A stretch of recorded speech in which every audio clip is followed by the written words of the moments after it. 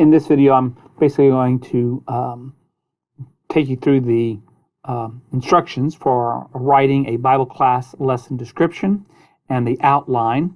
And so what we're looking for here is for students to construct two Bible class lessons.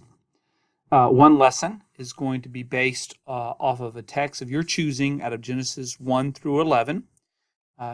Certainly discuss the potential text with your instructors, but some text out of Genesis 1 through 11 will be chosen. And then the other lesson is going to be based off of something of your choice, again, in the Gospel of Mark. And again, if you want to discuss potential text, email your instructors about things that you're interested in doing.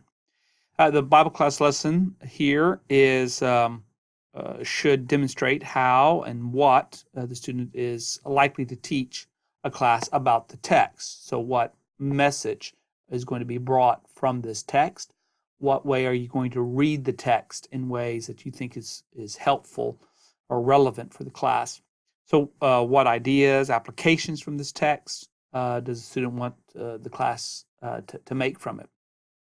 So when you're constructing this description outline, here are some specific details. First of all, it's a minimum of 2 pages and a maximum of 3. So and that's for each lesson. So nothing too extensive. And what you're going to need to have in this document is you're going to certainly clearly identify whatever is going to be the precise biblical text. And also somewhere in the outline, you need to indicate where this text is going to be read.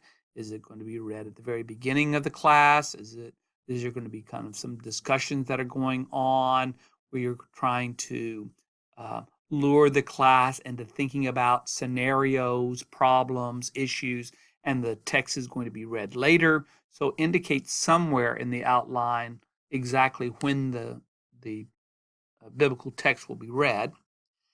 And then also has some kind of indication of the makeup of the class. So if you are imagining that you're going to teach, a bunch of middle school kids, we need to know that. If you are imagining teaching college age or high school or a group of adults, if you want to let us know, it's a class of, 10 students, or this will be a big, large auditorium class of 50 people. If you want to give us some idea of the size of the class. And also, it might be helpful knowledge of Scripture. You might decide to teach a class, and this is a bunch of people who are new to the faith. It's kind of a beginner's class in Scripture. And so you're trying to help them learn to read text for really the very first time. Or maybe it's a group of people who've had a lot of experience, have kind of been going to Bible classes, hearing sermons for a number of years. So you might want to give some kind of indication of how much knowledge, maturity in terms of reading the text that the class has. It's also helpful to have a 1-sentence thesis statement, usually at the beginning or the top of the lesson outline. And so this is kind of like like sometimes I refer to as kind of the elevator statement. Somebody asks you in an elevator, what are you talking about? And you only have a brief, minute to tell them what it is the substance or the content of the class. What is it that you would say? So trying to keep it to 1 sentence. You could go to 2, but try to keep it as brief as possible. Also indicate any kind of activities, especially if you're thinking of doing this with high schools or middle schools or children, even adults. If there's some kind of activity you want them to do, if you want them to watch something, you need to indicate what those are and what points you hope they will take from those activities. And in the outline of the class, you're really kind of outlining the major sections. The class opens up how. Do you take prayer requests? Do you sing a song?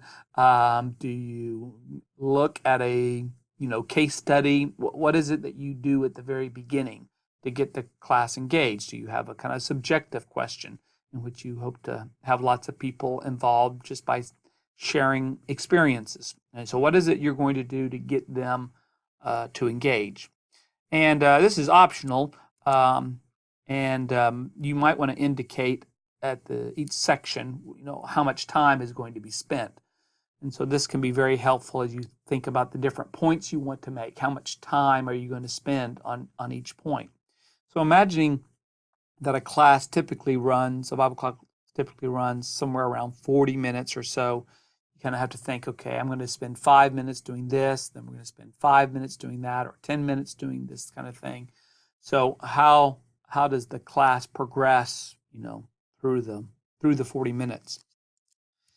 If you're going to provide in the class some exegetical information, in other words, you're going to let them know something about the history behind this text, when you think it was written, who was written to, what was the historical occasion. Now that may be more difficult for the Genesis 1 through 11 text, but certainly for the Gospel of Matthew text, you could probably get into some more specifics about what the historical background for that, certainly, in terms of around the time in which it was written and the nature of the audience. The outline should illustrate with your chosen text what you will tell the class so that they can learn to read biblical text theologically. So you're showcasing, you're illustrating, you're modeling, as it were, how they ought to read other texts. So what kind of questions should they come to a text? What's helpful in asking? What kind of questions are helpful when coming to a text? What kind of questions might not be so helpful when coming to a text? Also provide any questions that will be asked. Now, it could be that the class is just straight lecture and there's no interaction with the class, but most classes today, the teacher does try to engage the class by asking questions. And so sometimes questions are just very subjective. There is no right or wrong answer. It's just whatever people think. So, what does this text mean to you? There's not a right or wrong answer to that. But if there are more objective questions, very specific answers to a question that either is in the text itself or maybe something that a person could find out through some other means, you need to provide what those answers are. Also provide any kind of illustrations or analogies that is going to be used to help explain the text's overall ideas or maybe some subpoints. And finally, if as you conclude the text, what is it that specifically you want the class to take with them? What is the takeaway idea? And is there something you want them to do? Is there some action you want them to take in order to kind of live out the message of this text? So make sure that that's very clear. And if you do those things, that will help us to have a good understanding of the overall direction of the class and actually how the class will run.